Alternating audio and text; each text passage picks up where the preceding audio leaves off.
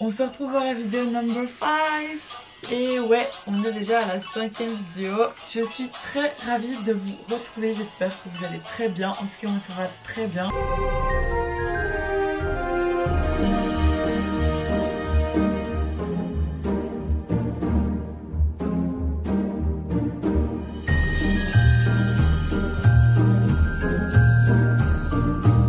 Mère Noël va encore marquer le coup aujourd'hui en vous proposant une autre idée de cadeau pour les fêtes de Noël. On va faire des bougies. On est d'accord que c'est la base et que ça peut être un super chouette cadeau à offrir. Vous allez voir, les bougies c'est super facile à faire, c'est super sympa.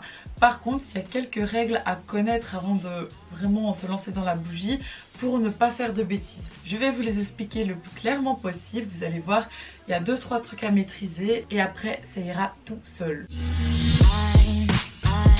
Donc la première chose à savoir, c'est au niveau des cires. Il y a différentes cires qu'on peut utiliser pour faire des bougies. Maintenant, ce qui change entre les cires, c'est le point de fusion. Donc ça veut dire c'est le point où la cire va passer de l'état solide à l'état liquide. Plus ton point de fusion est haut, plus elle va se consommer doucement. Malheureusement, il y a quand même un inconvénient, sinon on n'utiliserait que ça. Si ton point de fusion est trop haut, tu vas avoir affaire au phénomène de rétraction.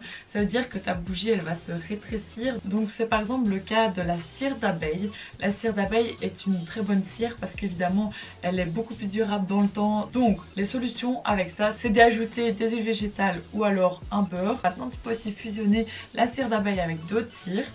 Ici, nous, on va travailler avec une cire facile. Tadam! On est sur de la cire de soja. Ça va être une qui a un point de fusion très bas. Donc en fait, elle est très facile, même pour tous les débutants. C'est celle-là que je vous conseille.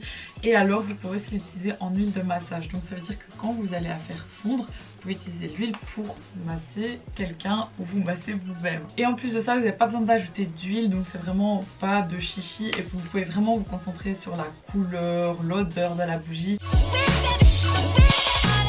Deuxième chose à savoir, c'est au niveau des colorations, c'est pas le mieux d'utiliser des poudres juste colorantes, donc comme par exemple la mica. Le problème du mica, c'est qu'il risque de se mettre sur la mèche et de la saturer, donc elle va mal brûler. Je vais vous donner une petite technique pour remédier à ça.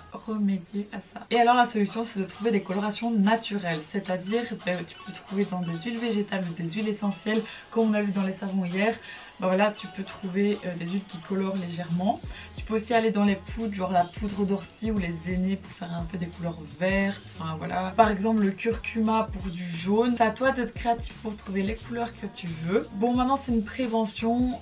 Si tu as très envie d'utiliser mica, bah vas-y, amuse-toi. C'est juste que ça brûlera peut-être un peu moins bien. Mais je vais d'abord te donner quand même une technique pour imbiber la mèche de cire. Lorsque la cire aura fondu, tu vas mettre les mèches dedans et tu vas attendre un peu qu'elles soient imbibées complètement de cire. Ensuite, tu vas les retirer et les placer sur un aluminium en les mettant vraiment droites et tu les colles comme ça à l'aluminium. Tu vas attendre que ça sèche et quand elles auront complètement séché, alors tu vas pouvoir pincer un côté pour vraiment qu'il soit étroit et tu vas pouvoir passer la mèche dans le petit socle qui sera au fond. Après, tu vas tirer pour retirer l'excédent de cire et quand tu arrives au bout, tu vas écraser les côtés pour que ça tienne au fond du verre. Pour cela, tu vas mettre un petit peu de cire au fond du verre et tu vas venir coller le socle au fond et être sûr que ça tienne bien droit. Je ne sais pas encore comment je vais faire mes bougies. Peut-être que je vais mettre des mica parce que j'ai acheté une belle boîte remplie de différents pigments et j'ai hyper envie de l'essayer parce que ça brille et j'adore quand ça brille. Pour les odeurs, tu vas devoir faire attention à une chose, mais c'est une chose hyper importante. C'est le point éclair. Je m'explique. Le point éclair, c'est en fait quand ton huile essentielle atteint une certaine température, elle risque de s'enflammer ou de se dénaturer, donc de perdre ses propriétés. Et pour ça, tu dois bien faire attention que ton point éclair soit au-dessus de 65 degrés. Maintenant, si tu veux faire un mélange d'huile essentielle par exemple, tu dois regarder le point clair de l'huile essentielle le plus bas. Pour savoir le point éclair, tu te rends sur le site où tu as acheté ton huile essentielle et là tu verras, c'est écrit point clair et tu as la température. Et il faut faire aussi attention au niveau des fragrances ou des extraits aromatiques que tu utilises, toujours aller vérifier que c'est bon. Alors voilà, Mère Noël a fait le tour de la théorie et maintenant on va passer à la pratique. C'est parti.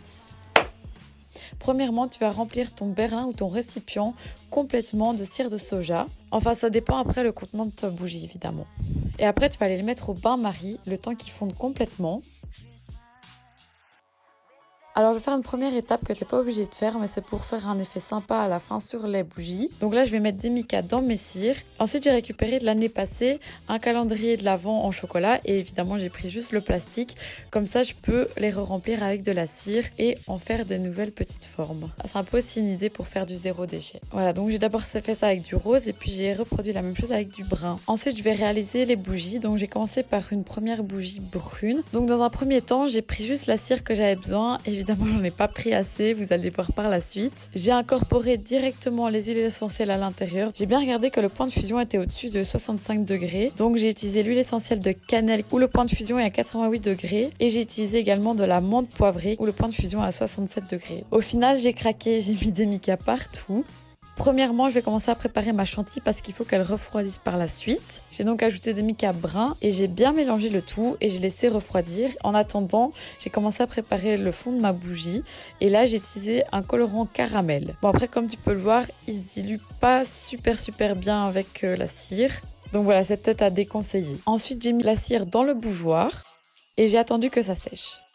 En attendant, je me suis occupée de la cire qui va servir de garniture de ma bougie. Et là, je l'ai mélangée pour vraiment qu'elle ait une belle petite texture. Et à partir du moment où elle garde la forme que tu lui donnes, c'est bon, tu peux la mettre dans le pot. Par contre, j'ai une galère, j'ai essayé de créer un peu une douille fait maison, mais ça a complètement foiré. Et donc au final, je l'ai fait à la petite cuillère. Et comme tu peux voir, j'ai pas du tout dosé la bonne quantité de cire. Alors pour la deuxième bougie, j'ai essayé de gérer un petit peu mieux. Et là, j'ai utilisé de la fragrance de pomme d'amour. Je suis partie sur quelque chose de très rose. Donc voilà, là j'ai mis des micas qui sont assez rosés. Je me suis dit que j'allais faire un dégradé de 3 couleurs. J'ai donc commencé par le plus clair et après j'ai attendu que ça refroidisse. Ensuite, j'ai mis la deuxième couleur et pareil, j'ai attendu que ça refroidisse. Pour la troisième couleur, j'ai essayé de créer également une petite chantilly. Et là, j'ai même pas cherché à essayer d'utiliser une douille. J'ai directement mis avec la cuillère. J'ai un petit peu fait un effet rebondi grâce à la spatule. Désolée, je sais pas trop comment dire ça, mais voilà. J'espère que l'image explique un petit peu mieux ce que je veux dire. Ensuite, j'ai été démouler les pièces qu'on a fait au début et je les ai incorporées à mes bougies. Et voilà, les bougies sont terminées. Et si vous faites des bougies, n'hésitez pas à me taguer, comme ça je pourrai voir vos résultats et j'espère qu'ils seront plus beaux que les miens parce que c'est pas terrible, faut se l'avouer. Voilà, sur ce, je vous laisse. J'espère que la vidéo vous aura plu et on se retrouve demain pour une prochaine vidéo. Allez, salut!